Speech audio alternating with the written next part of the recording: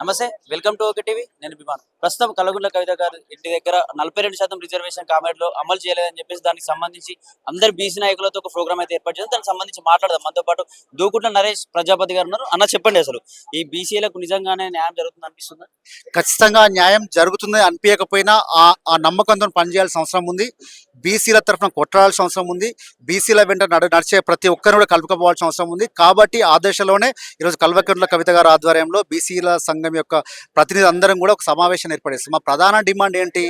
ఈ కాంగ్రెస్ పార్టీ అధికారంలోకి వచ్చిందో, ఏ బీసీల ఓట్లు దండుకొని అధికారంలోకి వచ్చిందో, మీరు ఏదైతే హామీలు ఇచ్చారో హామీలు నిలబెట్టమంటారు. మేము కొత్తగా ఏం చెప్పట్లేము, ఏం డిమాండ్ చేయట్లేము. మీరు కామారెడ్డి డిక్లరేషన్ని తూచా తప్పకుండా ఇంప్లిమెంట్ చేయమంటా ఉన్నాం. తర్వాత బీసీ సప్లాన్ని ఇంప్లిమెంట్ చేయమంటా ఉన్నాం. స్థానిక సంస్థల ఎన్నికల్లో రిజర్వేషన్లు ఖరారైన తర్వాతనే ఎలక్షన్లు బొమ్మంటా ఉన్నాం. 42% తగ్గకుండా రిజర్వేషన్ ఉండే విధంగా మీరు కృషి చేయాలని కోరుకుంటా ఉన్నాం. ఇవన్నీ డిమాండ్లతో ఈరోజు మేము ప్రెస్ మీట్ పెట్టడం జరిగింది. రాబోయే రోజుల్లో జనవరి 3 రోజు మేము ఇందిరా పార్క్ దగ్గర ధర్నా కార్యక్రమం కూడా ఒక కార్యక్రమాన్ని ఏర్పాటు చేసుకుంటా ఉన్నాం. దాన్ని పెద్ద ఎత్తున మా యొక్క అన్ని బీసీ సంఘాలందరూ కూడా కలుపుకొని పోయి పెద్ద ఎత్తున దాన్ని విజయవంతం చేయడానికి మా వంతు కృషి చేస్తాం. ఎందుకన్నా కామారెడ్డిలో 42% బీసీ డిక్లరేషన్ చేస్తామని చెప్పిన రాహుల్ గాంధీ కావచ్చు, రేవంత్ రెడ్డి ఇప్పుడు ఎందుకు దానిపైన ఏం మాట్లాడలేదు?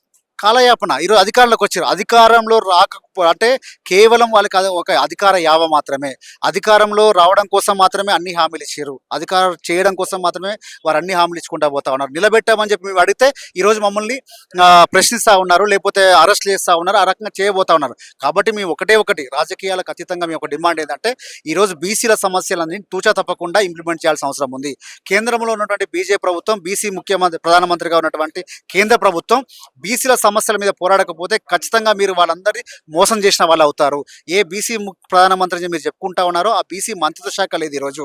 ఆ బీసీలకు ఈరోజు కులగణన చేయడానికి మీ పార్టీని అభ్యంతరం చెప్తా ఉంది. దయచేసి అలా నిర్ణయాలు తీసుకుంటే మాత్రం రాబోయే రోజుల్లో బీజేపీకి ఈ రాష్ట్రంలో గడ్డుక పరిస్థితి ఏర్పడుతుంది.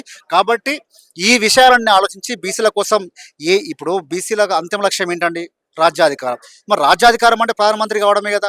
మరి ప్రధానమంత్రి మోదీ గారే ఈ నిర్ణయం తీసుకోలేకపోతే ఇంకెవరు తీసుకుంటారు చెప్పండి? కాబట్టి మా ఒక్కటే ప్రధాన డిమాండ్ ఏంటంటే బీసీలకు మంత్రిత్వ శాఖ ఏర్పాటు చేయాలి. కులగణన జనగణన అనేది దాన్ని ఇంక్లూడ్ చేయాల్సిన అవసరం ఉంది. ఇది ప్రధాన డిమాండ్తో బీసీ సప్లాన్ చేయాలని ఈరోజు రాష్ట్ర ప్రభుత్వం యొక్క ప్రధాన డిమాండ్తో ముందుకు పోతా ఉంది. ఎందుకంటే కులగణన చేసిర్రు ఇంతకుముందు సర్వే, ఎలాంటి ఇన్ఫర్మేషన్ బయటకు లేదు. దానివల్ల నిజంగానే బీసీలకు న్యాయం జరిగిపోతుందా? మరి ఇప్పుడు గతంలో తెలంగాణ రాష్ట్రం ఏర్పడినాడు ఒకరోజు సర్వే చేసింది దేనికి? అసలు యొక్క స్వరూపం ఏ రకంగా ఉంది, తెలంగాణ ప్రజలు ఏ రకంగా ఉన్నారు, వీళ్ళకి ఏ రకంగా ఆర్థిక స్వావలంబన లేకుండా సమస్య చేయాల్సిన అవసరం ఉంది, వీళ్ళకి ఏ రకంగా కృషి చేస్తే బాగుపడతాయని చెప్పేసి నిర్ణయం తీసుకొని కేసీఆర్ గారు ప్రతి ఒక్క కులానికి అండగా ఉన్నారు. గొర్రెల పంపిణీ అనుకోండి, చేపల పంపిణీ అనుకోండి, లేకపోతే శాలివాహనులకు చక్రాల పంపిణీ అనుకోండి, లేకపోతే మిగతా అన్ని కులాలకు ఈ రకంగా ఎంబీ సంచార్ జాతరకు 50,000 రూపాయలు ఎటువంటి సెక్యూరిటీ లేకుండా ఇవ్వడం అనుకోండి, లేకపోతే జ్యోతిబా పూలు 20 లక్షల స్కాలర్షిప్ అనుకోండి, ఇవన్నీ సమస్యలు పరిష్కారం చేసిర్రు. కానీ ఇప్పుడున్న ప్రభుత్వాలు ఏం చేస్తూ ఉన్నాయనేది ప్రశ్నార్థకం.